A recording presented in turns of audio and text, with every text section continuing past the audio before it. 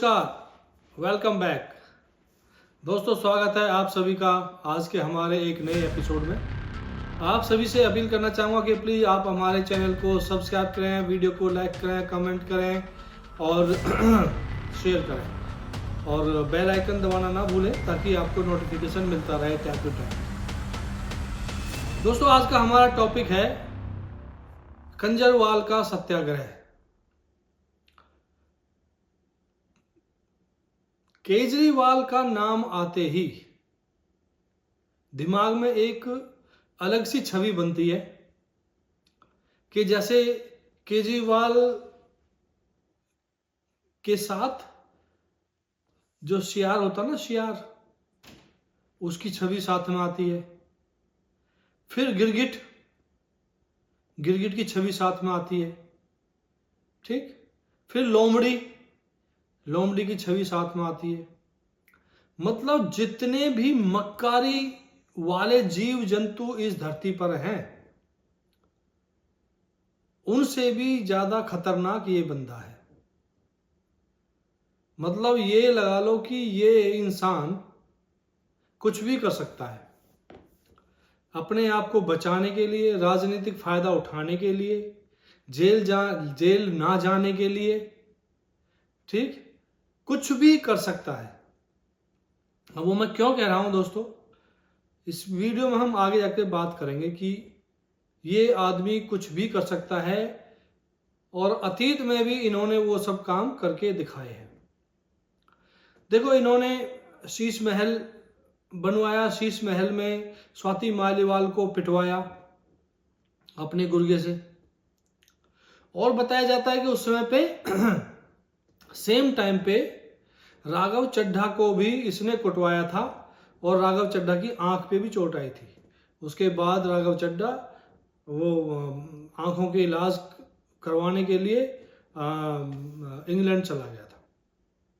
तो ये भी खबर है। तो आप इस चीज से अंदाजा लगा सकते हो कि ये इंसान कितना खतरनाक है। मतलब जो इंसान अपने राजनीतिक फायदे के लिए, अपनी बात मनवाने के लिए, अपनी ही पार्टी के अच्छे एस्टेब्लिश जो जिनका नाम है उन नेताओं को तक अगर ये अपने सामने पिटवा कर सकता है, एक सड़क छाप गुंडे, इनका जो वो जो इनका सेक्रेटरी था उससे, तो आप सोचिए कि ये क्या क्या करवा सकता है। तो अभी एक इनका केस चल रहा है शराब घोटाले में।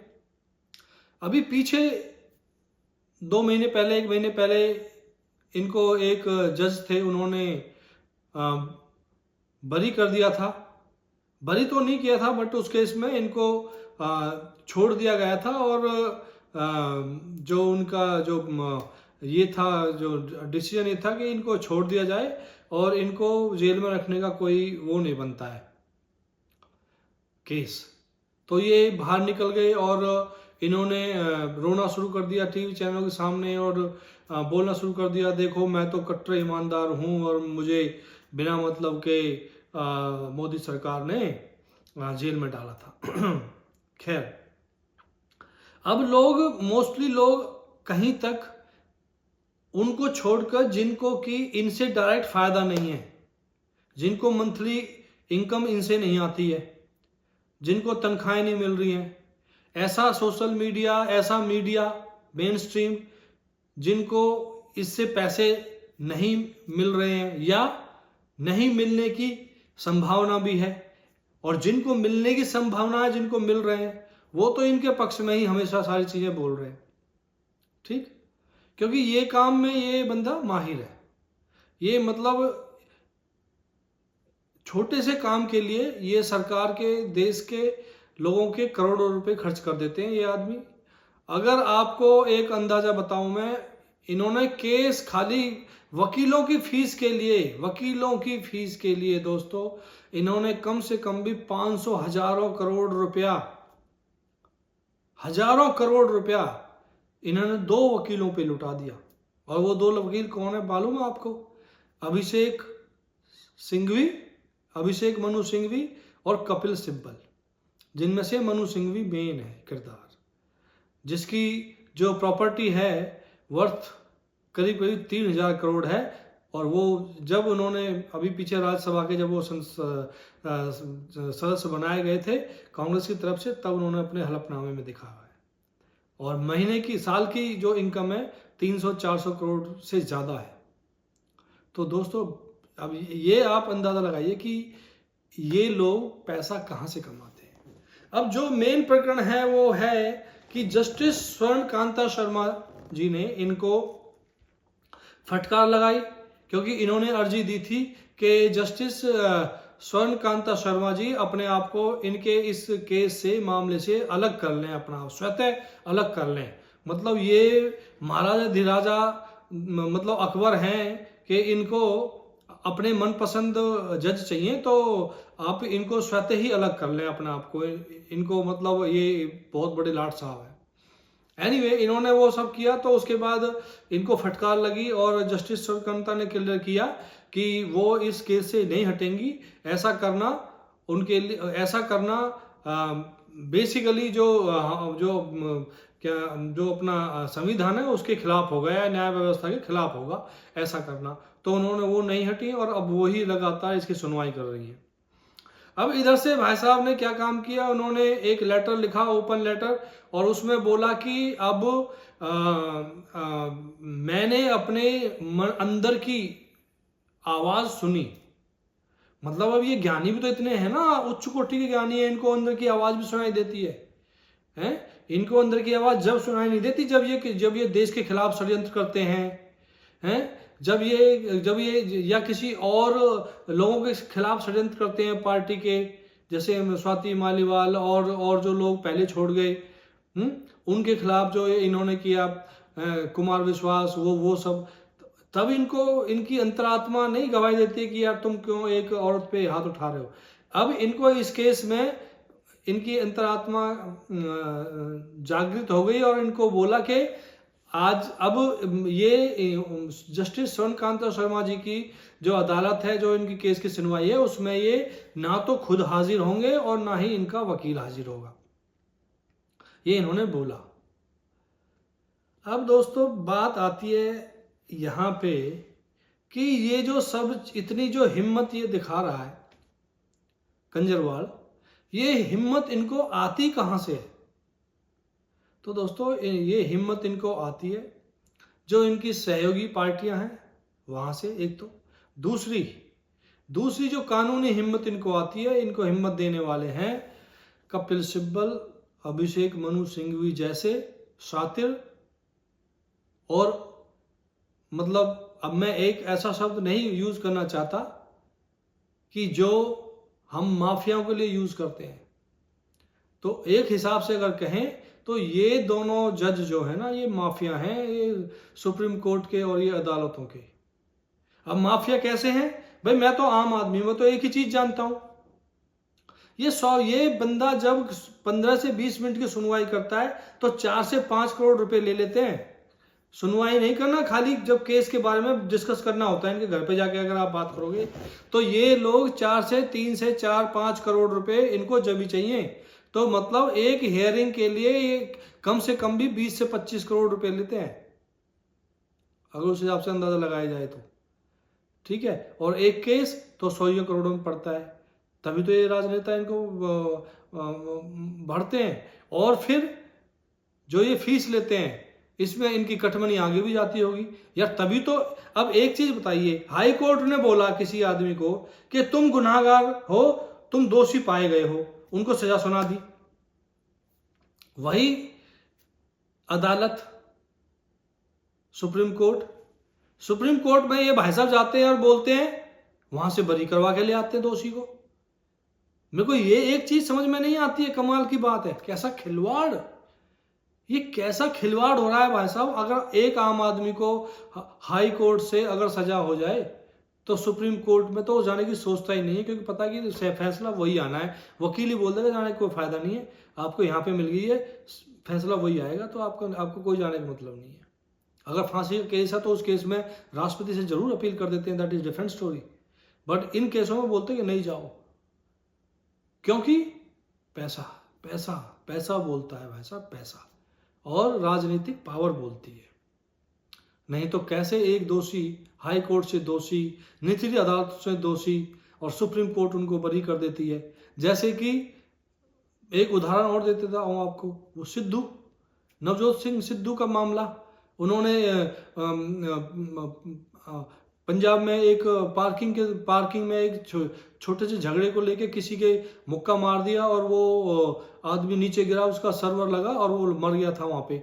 उस केस में ये भाई साहब निचली अदालत से बरी हो गए थे, फिर वो लड़े, फिर वो सुप्रीम हाई कोर्ट तक गई बात, हाई कोर्ट ने भी बरी कर दिया। अब भाई साहब सुप्रीम कोर्ट में पहली बार सुप्रीम कोर्ट में भी बरी कर दिया, उसके बाद फिर रिपिटिशन किया सुनवाई के लिए, और फिर जब दोबारा जाके तब इसको 2.5 साल की सजा हुई थी जब ये जेल में रह के आया था। अब आप लगा लीजिए, वो तो कोई पार्टी अच्छी थी, पैसे वाले थे, तब तो लड़ लिए वो वहां तक। मतलब मेरे को ये समझ में नहीं आता है कि जो निचली अदालत में जज था, वकील थे, वो पागल था क्या? उसको कानून का ज्ञान नहीं है? उसने संविधान नहीं पढ़ा ढंग से, या कानून की किताबें नहीं पढ़ी, धाराएं, या जो अपर क्लास के जो कोर्ट थी वहां पे लोग जो जज और वो हैं, वो उनको कानून की ज्ञान नहीं है, या हाई कोर्ट वालों को ज्ञान नहीं है, या सुप्रीम कोर्ट में ज्ञान नहीं है। या तो जो लोग कहते हैं कि दोषी है और एक आदमी कहता है कि दोषी नहीं है, या तो उसको सर्वोच्च ज्ञान है। अगर उसको सर्वोच्च ज्ञान है, इसको ज्ञान नहीं है, तो ये इस पद पे क्यों है? भाई मजाक क्यों बनाया जा रहा है इस चीज का? बात है ये सोचने वाली। सो दोस्तों आते हैं अब कंजरवाल पे। तो कंजरवाल भाई साहब ने, इन्होंने वो लेटर डाल दिया और बोला कि मेरी अंतर की आत्मा की आवाज मैंने सुनी है और अब मैं कल 12 बजे राजघाट पे सत्याग्रह करूंगा। और उसमें मतलब जो उसका बेस क्या बनाया उन्होंने थे कि 1920 में बापू ने भी, महात्मा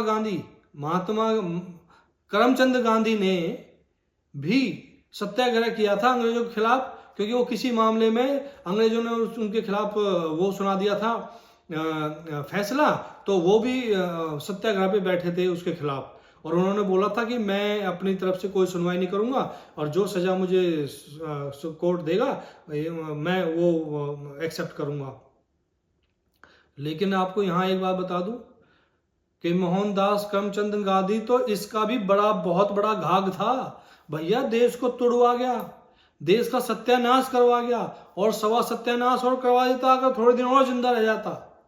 वो 50 किलोमीटर लंबा कॉरिडोर लगा के पाकिस्तान के उधर बॉर्डर से लेके पंजाब से और वहां क्या बोलते हैं अपने पश्चिम बंगाल तक बांग्लादेश जाने के लिए भाई साहब को 50 किलोमीटर कॉरिडोर चाहिए था पाकिस्तान को, और जिसपे महात्मा गांधी ने, करमचंद गांधी ने हाँ कर दी थी, अनशन पे बैठ गया था सरकार के खिलाफ और मुहिम चला दी थी कि ये 50 किलोमीटर चौड़ा कॉरिडोर में दिलवाऊंगा। और ये कॉरिडोर दोस्तों कहां से जाता है ये बताया था आपको, जो पुराना जीटी ग्रैंड ट्रंक रोड है ना, जो कहते हैं कि शेषासुरी ने बनवाया है, शेषासुरी के बाप ने भी नहीं बनवाया वो ये जो रोड है, ये जो रास्ता है हमारा प्राचीन, ये कई हजारों साल पुराना ये रोड है, क्योंकि ये रोड हमारे अखंड भारत को एक हिस्से से दूसरे हिस्से तक जोड़ता था। और आप देखो, अगर मैप में देख सकते हैं तो आप, तो ये इस रोड के साथ साथ इनको 50 किलोमीटर, 25 किलोमीटर इधर, 25 किलोमीटर इधर, 50 किलोमीटर लंबा कॉरिडोर चाहिए था। तो ये तो उससे इससे ही बड़ा घाघ था। एनीवे, तो इन्होंने ये लेके अपनी जो उद्दंड मंडली है, राइट, मंडली को लेके, और ये सिसोदिया, तीसी और वो पॉकेट मार, वो टिकट ब्लैकर, वो जाके वहाँ क्या बोलते हैं, जो अपने महात्मा गांधी का राजघाट है, जो राजघाट पे जाके बैठ गए और पहले मौन धारण किया। और मौन धारण में करते वक्त क्या सोच रहे होगे पता है कि भाई ठीक है, अब मौन धारण कर लूँ थोड़ा सा, मैं देखूं कब इसकी और क्या क्या चीजें हो सकती हैं इसमें,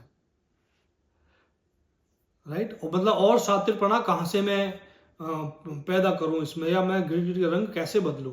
तो इन्होंने मौन धारण किया वहां पे 1-2 मिनट का जो भी है, और वहां पे बैठ के वही ड्रामा किया, और फिर उसके बाद जो भी है वो कार्यक्रम उनका चलता रहा। एनीवे अब लेकिन इसके साथ जैसे ये तो वहां पे राजघाट जा रहे थे और इधर से भाई साहब इनके साथ खेला हो गया।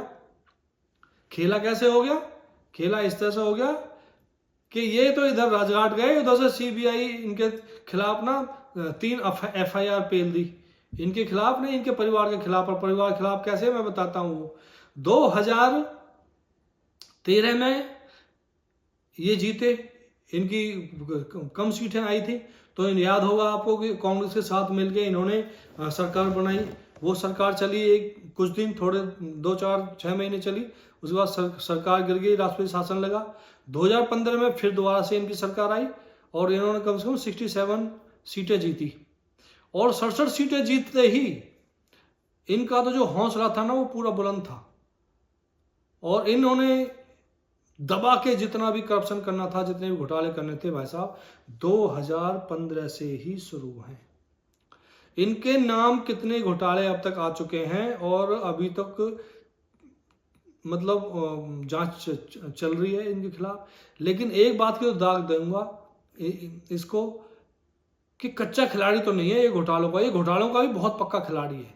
क्योंकि इसने सीखा क्या है, इसने IRS के पद पे रहते हुए सीखा ये है भाई साहब कि साला सबूत कैसे नहीं छोड़ना, सबूत छोड़ना ही नहीं है। मतलब 100 से ज्यादा फोन तोड़ दिए शराब घोटाले के, ठीक है, सबूत छोड़ना ही नहीं है और बात माननी नहीं है।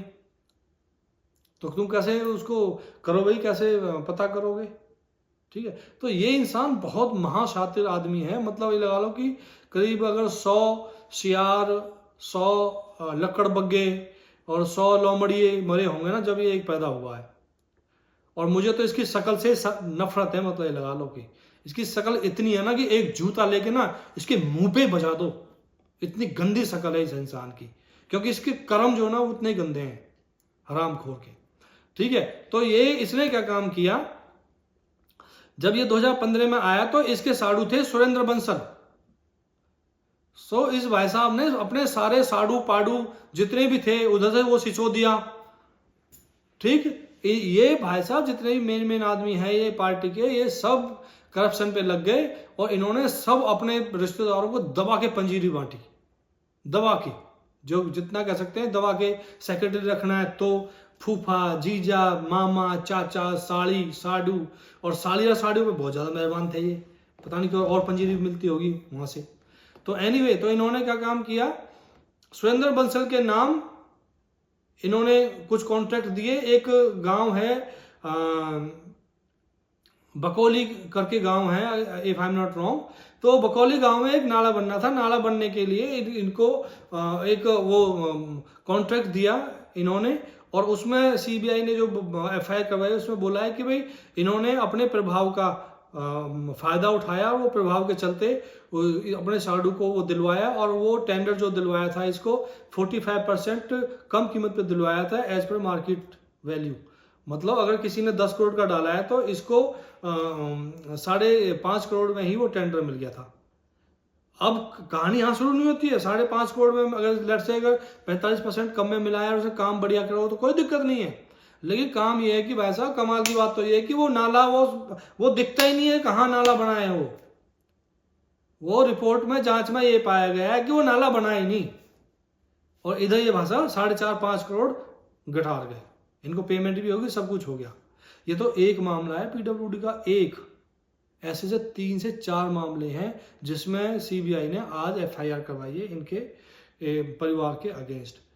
इसका जो सुरेंद्र बंसल जो उसका साडू है वो 2017 में मर गया था। उसके बाद जो उसका लड़का था वो सीबीआई ने अरेस्ट भी किया था, वो जेल भी रह के आया कुछ दिन इन्हीं मामलों के चलते। दोस्तों वीडियो थोड़ा ज़्यादा लंबा हो गया है, इसको ज़्यादा नहीं, तो अभी देखना ये है कि कंजरवाल डाल तो सीबीआई और सिस्टम पात और कहाँ तक ये इंसान अपनी दौड़ लगाता है।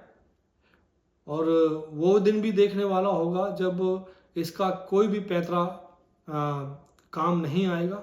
और एक बात और बता दूं छोटी सी चलते चलते कि जिस जज ने इनको पीछे छोड़ा था, बरी किया था शराब घोटाले केस में, उसके खिलाफ भी शिकायत दर्ज हो चुकी है और जज के खिलाफ शिकायत दर्ज होना मतलब एक FIR जैसा होता है।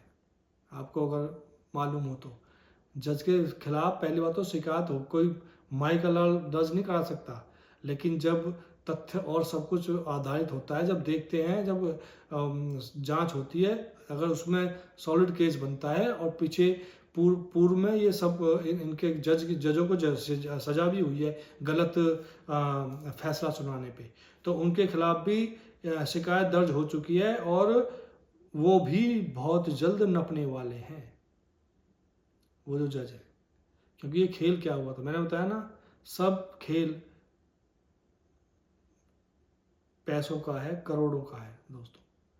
तभी ये ऐसे मक्कार इंसान तभी ये जेलों से छूट जाते हैं, नहीं तो बेचारा गरीब आदमी, एक आम आदमी है, वो इंसाफ की आस लगाते लगाते उनकी एक एक दो दो पीढ़ियां निकल जाती हैं और सुप्रीम कोर्ट तो जाने की हिम्मत ही नहीं होती है।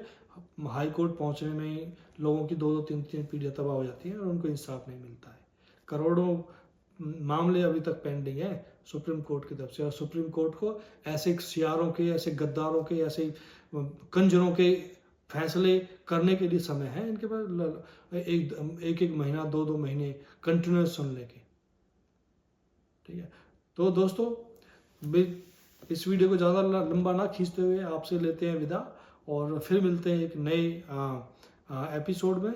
आप अपनी राय हमें नीचे कमेंट बॉक्स में डाल सकते हैं और आप बताइए कि आप ये महाधूर्त और महागद्दार और महा चालाक लोमड़ी शियार गिरगिट कंजरवाल के बारे में क्या सोचते हैं। ठीक है, आप कमेंट करके बता सकते हैं। तो लेते हैं आपसे विदा और फिर मिलते हैं एक नई वीडियो के साथ, तब तक के लिए जय हिंद।